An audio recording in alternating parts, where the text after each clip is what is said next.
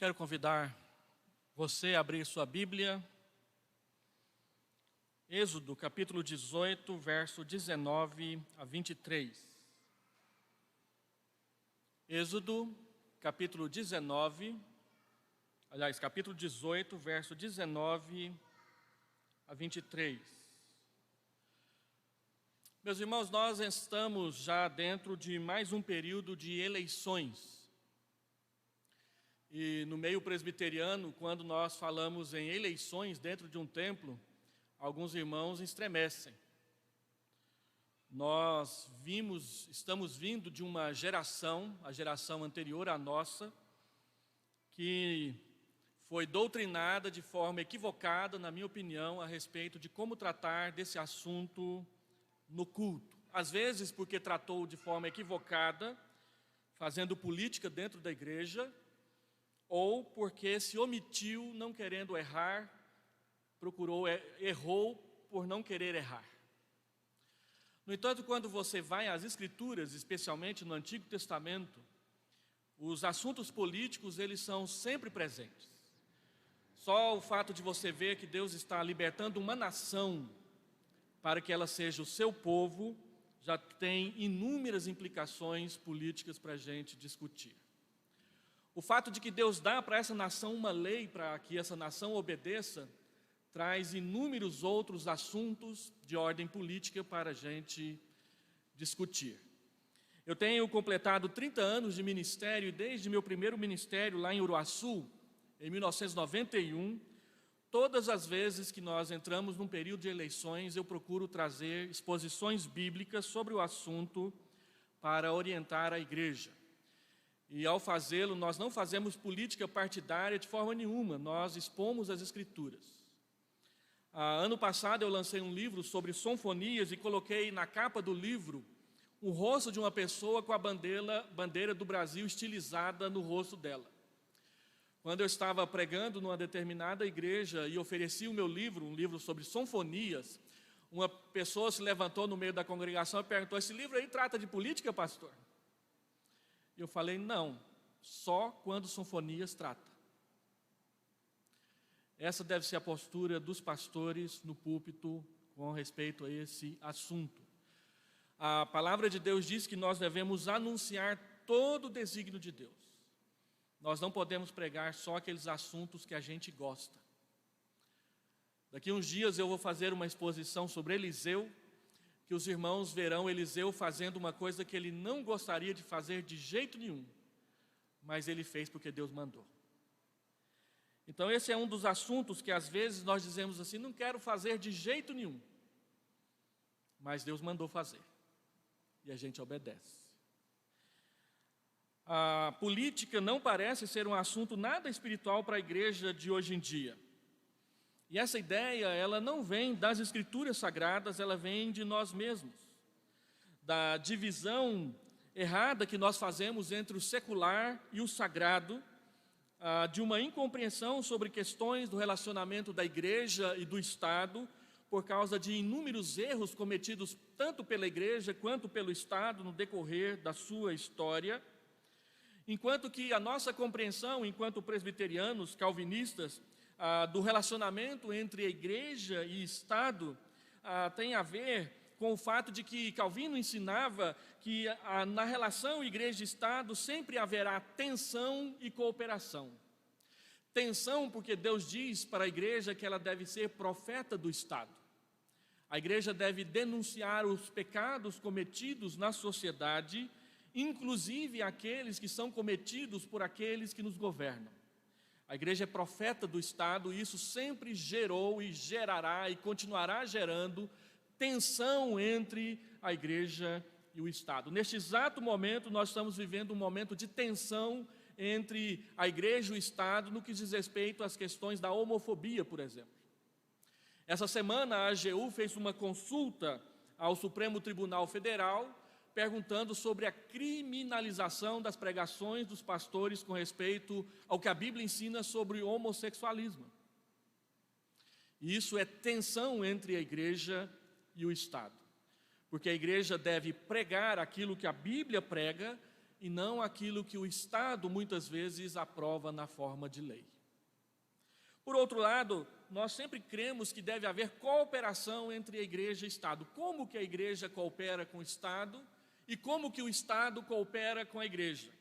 A igreja coopera com o Estado fornecendo ao Estado famílias estáveis, criando e formando bons cidadãos que são fiéis cumpridores dos seus deveres civis, pessoas que pagam seus impostos, pessoas que não são bandidos ou arruaceiros, mas pessoas que são conhecidas como gente de bem. A igreja, ela tem o papel de formar cidadãos para o Estado. Por isso que sempre que o Estado procura reservas morais para certos assuntos públicos, a igreja está incluída entre aqueles onde eles vão buscar esses cidadãos. E com famílias estáveis, famílias não estáveis dão trabalho e prejuízo para o Estado. O Estado deve cooperar com a igreja pelo menos de duas formas: permitindo a liberdade religiosa, não perseguindo o culto cristão por ensinar que Jesus é Senhor, e também promovendo a paz. Nós, cristãos, precisamos de paz na nossa cidade para que, por exemplo, possamos sair da nossa casa e vir para o templo adorar, e no meio do caminho não sejamos assaltados, bandidos não nos cerquem. O Estado deve promover a paz de tal forma que andar pela cidade seja algo seguro. A igreja coopera com o Estado, lhe fornecendo bons cidadãos. O Estado coopera com a igreja, permitindo que ela adore livremente ao seu Deus e promovendo a paz para que o culto cristão não seja aviltado e nem perseguido. Dentro dessa perspectiva é que nós sempre laboramos no campo da política. E eu gostaria de fazer algumas exposições bíblicas sobre isso, não no domingo à noite, mas na quarta-feira. E eu gostaria de abrir essa série expositiva pequena das quartas-feiras, nesse culto de domingo à noite, e também já nos preparando para a eleição que está chegando a menos de um mês à nossa frente. Eu quero expor pelo menos 5 textos. Hoje eu quero falar sobre o caráter dos homens públicos nesse texto que nós vamos ler. O que deve ser procurado naqueles homens e mulheres que se candidatam para servir na política pública. Na quarta-feira que vem eu quero fazer uma exposição de Juízes 9, que é um texto que fala muito sobre os candidatos e as suas campanhas políticas no episódio de Abimeleque. Você verá que Abimeleque fez uma campanha política para se tornar rei no período dos juízes. E lá mostra onde que a campanha política dele o levou. O que ele usou, o dinheiro que ele empregou, a estratégia de propaganda que ele usou. Depois eu quero fazer uma exposição em 2 Reis, capítulo 5, e essa está dentro da série sobre Eliseu, no episódio em que Eliseu deve curar Naamã de lepra. Naquele episódio nós percebemos a postura de um homem de Deus diante da postura de um homem público. Naamã era um alto oficial do exército sírio, era um homem público que tinha uma função e um cargo político. E ele vem a Eliseu, e a forma como Eliseu o recebe e o trata mostra muito como a igreja deve receber e tratar homens públicos em seu meio. Depois eu quero fazer uma exposição sobre 1 Crônicas, capítulo 1. Se você já leu a Bíblia, vai se lembrar que esse capítulo é quando Salomão se vê como o rei substituto ao trono de Davi. Então ele vem até Deus e faz uma oração. E nessa oração ele pede sabedoria para governar. Postura que os nossos homens públicos devem aprender, pelo menos aqueles que se chamam cristãos, a pedir a condução de Deus para a sua vida pública. E por último, eu quero então chegar no Novo Testamento em Romanos 13, que é um texto que fala sobre o fato de que toda autoridade, e o texto está falando de autoridade civil, procede de Deus. E o texto fala sobre como os cristãos devem obedecer às autoridades civis. Mas isso nós faremos nas quartas-feiras. Leia o texto comigo então, Êxodo 18. Ouve, pois, as minhas palavras, é Jetro, o sogro de Moisés, dando conselho para Moisés. Ouve, pois, as minhas palavras, eu te aconselharei, e Deus seja contigo. Representa o povo perante Deus, leva as suas causas a Deus. Ensina-lhes os estatutos e as leis, e faz-lhes saber o caminho em que devem andar e a obra que devem fazer. Procura dentre o povo homens capazes, tementes a Deus, homens de verdade, que aborreçam a avareza. Põe-nos sobre eles por chefes de 1000, chefes de 100, chefes de 50 e chefes de 10, para que julguem este povo em todo o tempo. Toda causa grave trarão a ti, mas toda causa pequena eles mesmos julgarão.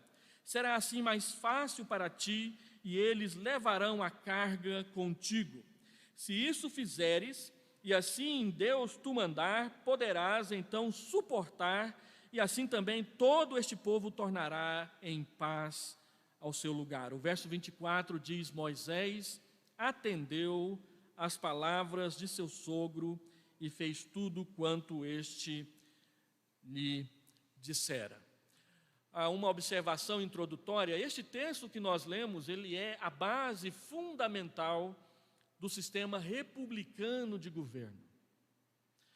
Eu comprei recentemente um livro, uma tese de doutorada de uma senhora lá de São Paulo, uma irmã presbiteriana, na qual ela discorre sobre os fundamentos da lei nos Estados Unidos. E ela diz que quando criou-se o sistema republicano de governo nos Estados Unidos, aqueles pais criadores da nação norte-americana, eles foram na Bíblia buscar os fundamentos para construir o sistema de governo dos Estados Unidos. E os irmãos que estudam um pouco de história da igreja se lembram que o sistema republicano de governo, ele é muito baseado no sistema presbiteriano de governo da igreja. O nosso sistema de governo, que nós usamos para governar as igrejas presbiterianas, ele foi muito usado na construção dos sistemas democráticos de governo após o século XVI. E nem sempre nós estamos atentos a isso. E qual que é a palavra-chave desse sistema? É a palavra que Jetro usa para Moisés, logo no primeiro versículo, quando ele diz: representa o povo perante Deus. O sistema representativo de governo, ele foi aconselhado por Jetro a Moisés, e o Espírito Santo colocou na Escritura como inspirado por Deus para que nós possamos estudar. Mas eu gostaria, brevemente, se Deus quiser, mostrar para os irmãos que este assunto da política não é algo estranho às Escrituras, como muitas vezes nós dizemos. Se você olha no Novo Testamento, por exemplo, no livro de Atos, você vai perceber várias vezes a palavra de Deus mencionando a conversão e a atuação de pessoas públicas e do governo na história da igreja. A conversão de um alto oficial de Candance, rainha da Etiópia, é narrado em Atos capítulo 8, versículo 26, até o verso 40. A conversão de Menahem, que era colasso de Herodes, e que foi feito um dos pastores da igreja de Antioquia, ao lado de Paulo e Barnabé. Você já parou para ver o significado da palavra colasso, lá em Atos capítulo 13? Colasso quer dizer primo, ou aquele que foi criado pela mesma babá que o outro. Menahem tinha sido criado e havia mamado o leite da mesma babá que Herodes havia sido criado, era parente dele. A palavra de Deus diz que Herodes foi punido por Deus quando ele inventou de perseguir a igreja, Atos capítulo 12. Atos capítulo 13 fala da conversão do governador da ilha de Chipre, um homem chamado Sérgio Paulo. Atos capítulo 24 e 25 fala de Félix e Festo, que tiveram que julgar a causa de Paulo quando ele foi preso, governadores na Palestina. Atos capítulo 25 diz que Deus desejava que Paulo desse testemunho do evangelho perante Nero. E se você ler 2 Timóteo capítulo 4, Paulo diz que ele fez a defesa dele perante Nero, o imperador romano, que foi o primeiro a perseguir a igreja. A igreja não pode fugir ao seu compromisso de ser sal e luz no mundo. Quando os políticos são convertidos genuinamente a Cristo, os interesses do povo passam a ser tratados com mais justiça. Essa é a nossa esperança e essa é a nossa oração. Então, como devem ser estes homens e também essas mulheres que se candidatam para ser representantes do povo? Quem Moisés deveria procurar para que eles se tornassem representantes do povo na hora de julgar as causas das nações? E o texto nos diz, versículo 21, que estes homens devem ser caracterizados no seu caráter por pelo menos 4 virtudes. Que eles sejam homens capazes, que sejam homens e também mulheres tementes a Deus, homens de verdade e homens que aborreçam a avareza. Então, em primeiro lugar, nós devemos procurar para nos representar diante das eleições que estão chegando, homens e mulheres que sejam capazes de assumir essas funções. Capacidade é um requerimento bíblico para qualquer coisa que a gente for fazer. Quando nós falamos da eleição de presbíteros para a igreja, a Bíblia diz que estes homens devem cumprir certos requerimentos exigidos por Deus, não pela sociedade. E é interessante que a capacidade de ensinar o povo a servir a Deus e conhecer a sua palavra está entre os requerimentos para que homens sejam presbíteros na igreja, para que homens, mulheres possam nos representar no mundo político, no mundo público. Nós, quando somos chamados às urnas para votar, nós devemos procurar neles capacidade. Há poucos dias atrás, alguém, inadvertidamente, publicou a campanha política de um certo senhor num dos grupos de WhatsApp da nossa igreja. Publicou para a gente rir, porque é a única coisa que aproveita daquele vídeo. A pessoa usa de uma palavra de baixo calão para se apresentar como um candidato a uma determinada função. Simplesmente porque esse é um recurso que chama a atenção. A palavra de Deus diz que não é por aí. Vocês se lembram da campanha do Tiririca, quando ele se candidatou pela primeira vez e foi eleito? Ele chega diante de nós, perante a nação toda, e diz assim: me ajudem para que eu possa ajudar a minha família, depois eu vou ajudar vocês. E ele foi eleito. Capacidade é algo que nós devemos procurar nas pessoas. Então nós precisamos perguntar se o candidato, a candidata é digno do nosso respeito e da nossa confiança, porque vai trabalhar por nós. Nós devemos perguntar se o candidato, a candidata tem condições de exercer aquela função. Capacidade não quer dizer necessariamente grau de escolaridade. Tem muita gente aí que tem diploma e não tem capacidade. Tem muita gente aí que não tem diploma, mas tem a perspicácia e a honestidade e a capacidade de dirigir outras pessoas. Então, busque e ore para que nós encontremos dentre esses mais de 350 candidatos a vereadores que tem só na nossa cidade, homens e mulheres capazes. Segundo, essas pessoas devem ser tementes a Deus. E esse é um valor que muitos de nós estamos deixando de levar em conta. Existem muitas pessoas aí que não só não são tementes, embora sejam capazes, como são contrárias a Deus, odeiam a Deus.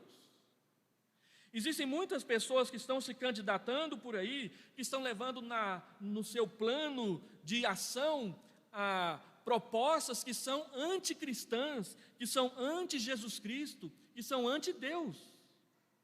E nós devemos procurar, nós como cristãos, eleitores sim, devemos procurar naquelas pessoas que nós queremos que nos representem, pessoas que temem a Deus. Como que eu vou eleger alguém para me representar, que vai trabalhar contra aquilo que eu amo e acredito, Jesus Cristo?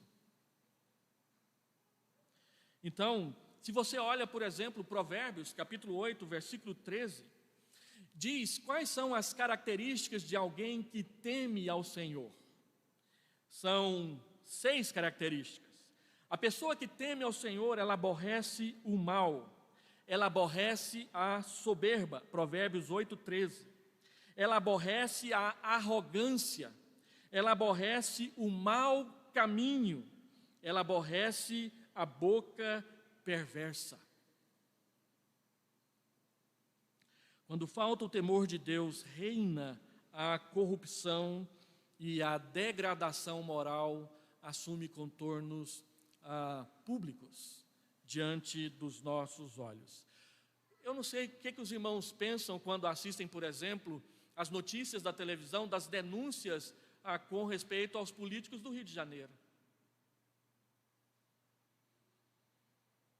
Que tristeza é aquilo lá. E às vezes parece que alguns de nós, goianos, goianienses, não fazemos nem questão de que se de repente isso aconteça entre nós aqui. Deus precisa derramar um reavivamento no nosso país.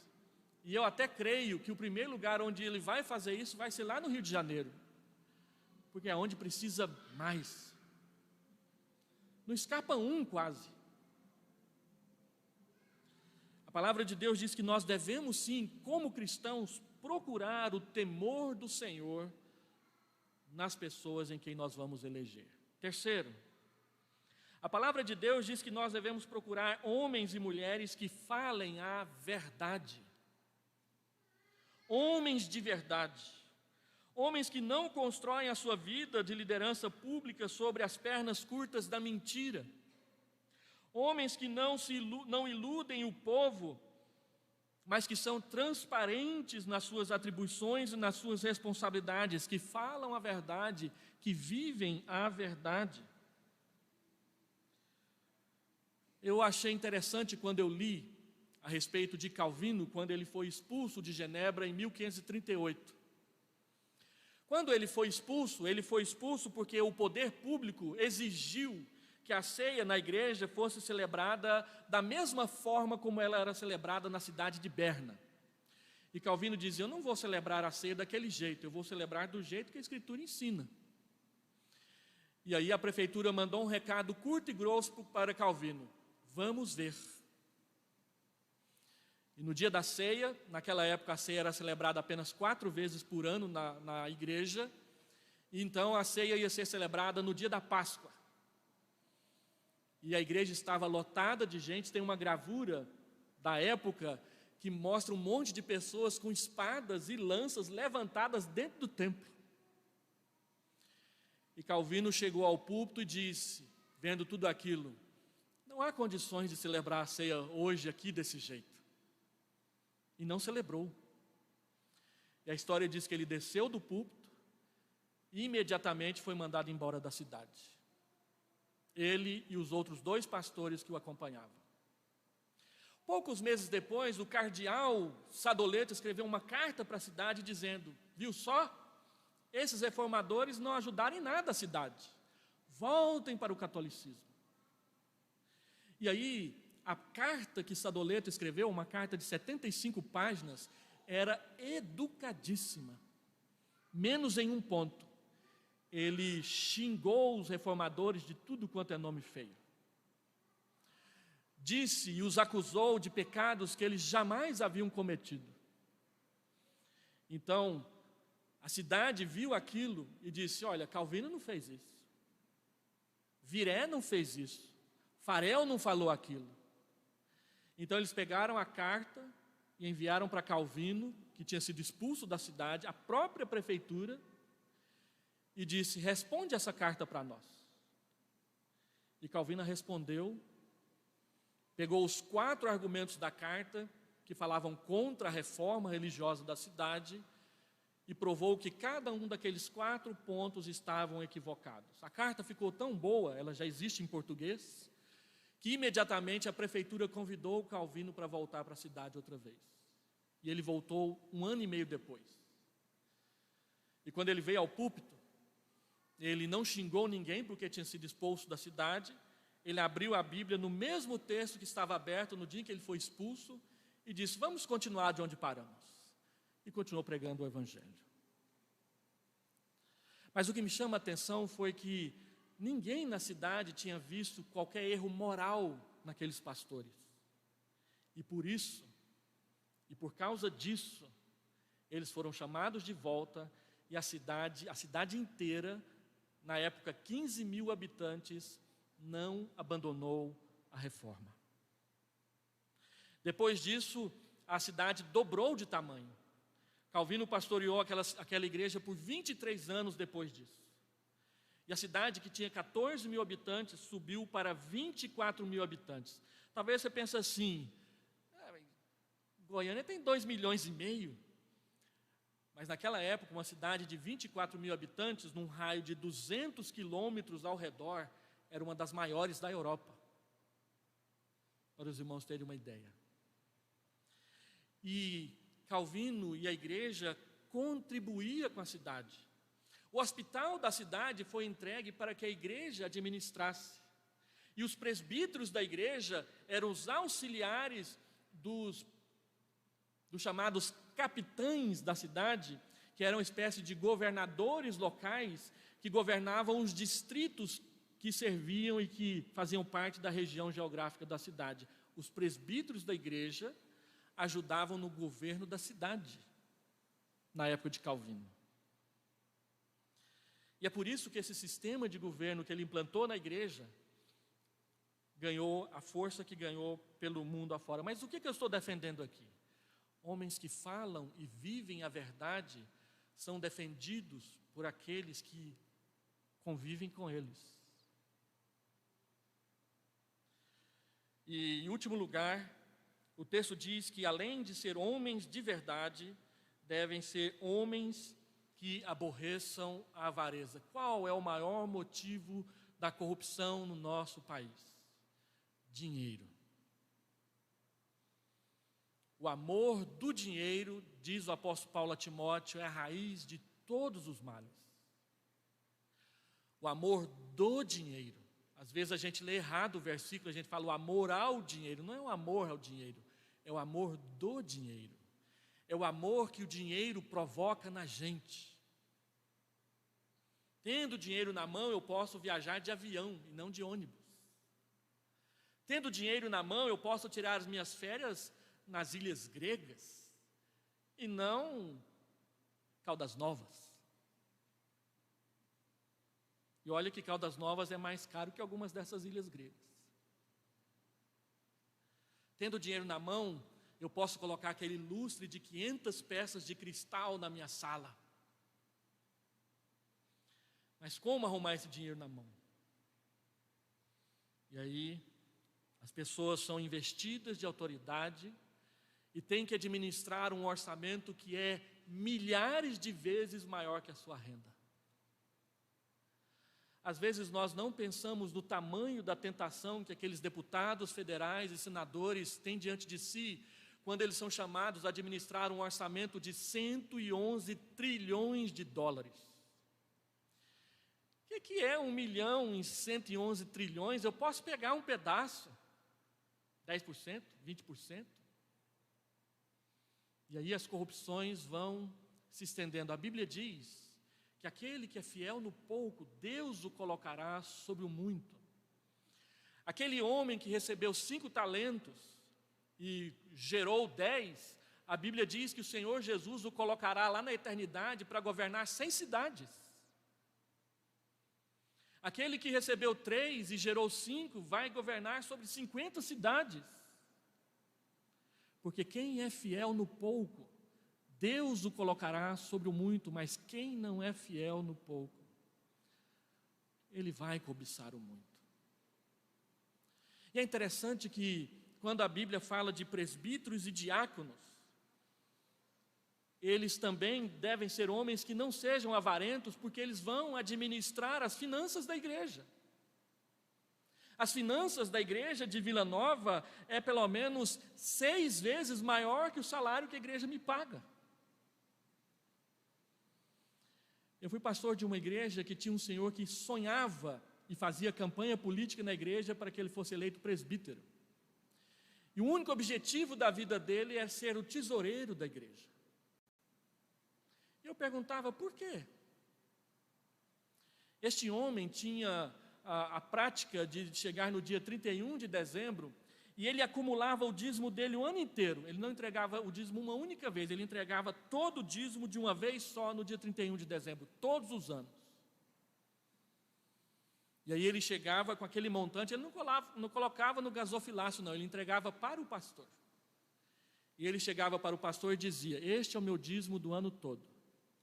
Eu quero que ele seja empregado na reforma dos banheiros da igreja. Aí eu fui pastor da igreja. E ele chegou para mim com a mesma ideia. Aqui está o meu dízimo do ano todo. Eu quero que ele seja empregado assim. E eu respondi para ele, meu irmão, a igreja elegeu o conselho para fazer isso. É o conselho quem decidirá onde as coisas serão aplicadas. Agora, eu vou levar a sua sugestão ao conselho. Ele foi eleito presbítero e o conselho o nomeou tesoureiro da igreja. E a igreja entrou em colapso financeiro. A gente aprende rápido que quando a gente escolhe tesoureiro para a vida da igreja, que não é fiel no seu dízimo, na sua oferta, na sua vida financeira em casa, ele não será com as finanças da igreja também. Mas a gente aprende rápido que quando a igreja escolhe um tesoureiro ou uma tesoureira, porque não tem nenhuma obrigação de ser homem, que é fiel na sua vida financeira em casa e também na sua vida financeira com a igreja, será fiel com a administração das finanças da igreja. E isso, meus irmãos, acontece também com a nossa cidade, com o nosso estado, com o nosso país. Nós precisamos eleger homens e mulheres não avarentos, mas homens e mulheres que sejam servos. Diante disso, que aplicações nós podemos fazer pensando no pleito eletivo que está diante de nós?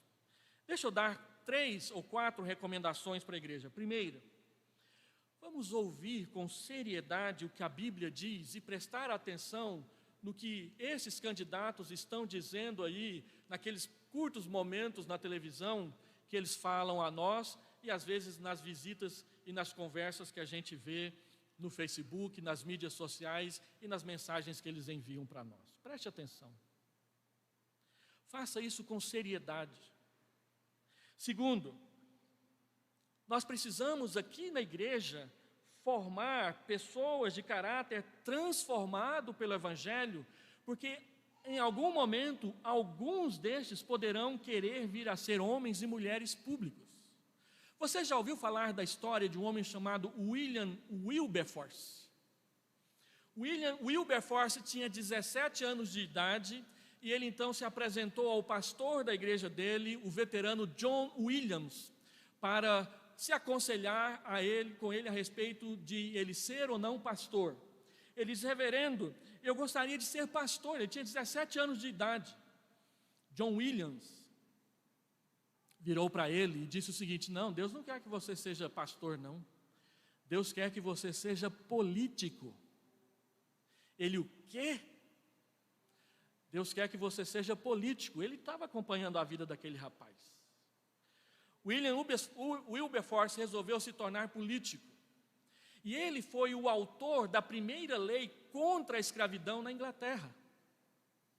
Em 1821, depois de 70 anos lutando contra a escravidão no seu país como cristão, a Inglaterra aprovou a primeira lei contra a escravidão, e aí, por causa de motivos políticos, a Inglaterra começou a forçar isso às outras nações, inclusive o Brasil.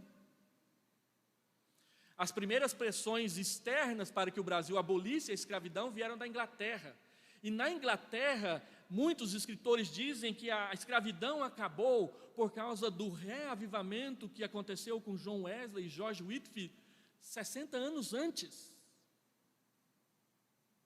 Reavivamentos não produzem simplesmente melhoria no louvor da igreja e na frequência aos cultos. Reavivamentos provocam mudanças na sociedade.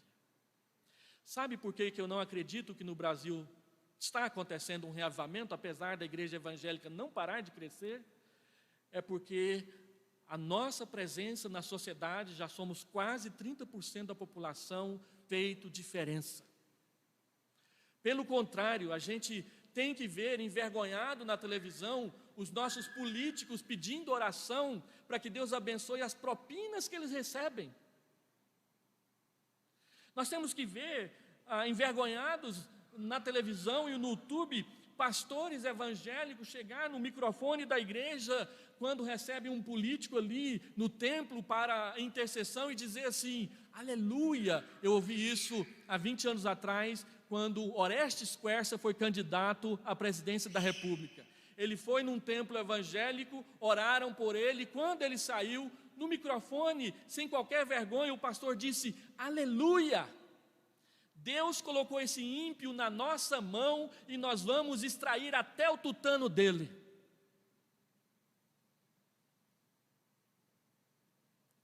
Isso não é evangélico.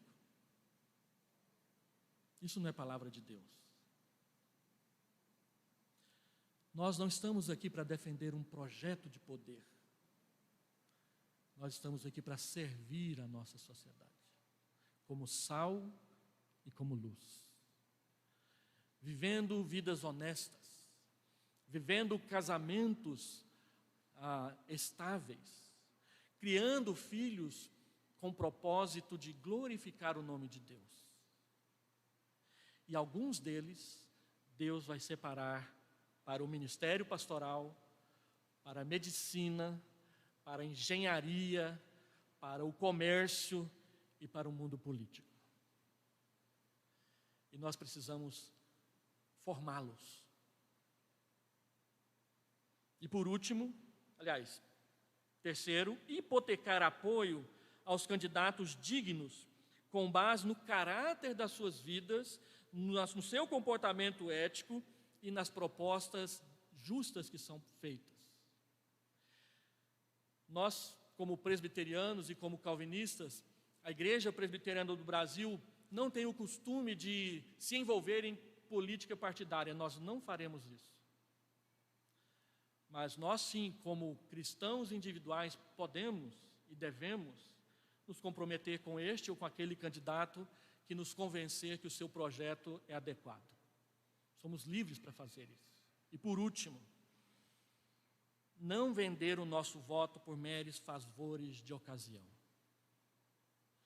Eu vi pastores propondo a candidatos que, se ele desse o forro da igreja, os 22 mil membros da igreja dele votariam nele. E eu vi esse mesmo pastor dizer para outro candidato que, se ele desse os bancos novos para o templo novo, esses mesmos 22 mil membros iriam votar nele. Na mesma eleição. Pastor de uma cidade próxima a onde eu pastoreava. E um daqueles candidatos não se elegeu, mas deu os bancos para a igreja. Nós presbiterianos não fazemos isso. Nós não fazemos isso. A palavra de Deus diz: não venda o seu voto por pintura, por emprego, por tratamento médico, por essa ou aquela oportunidade. Não venda. Sirva ao Senhor e a sua cidade com a consciência limpa. Vamos orar?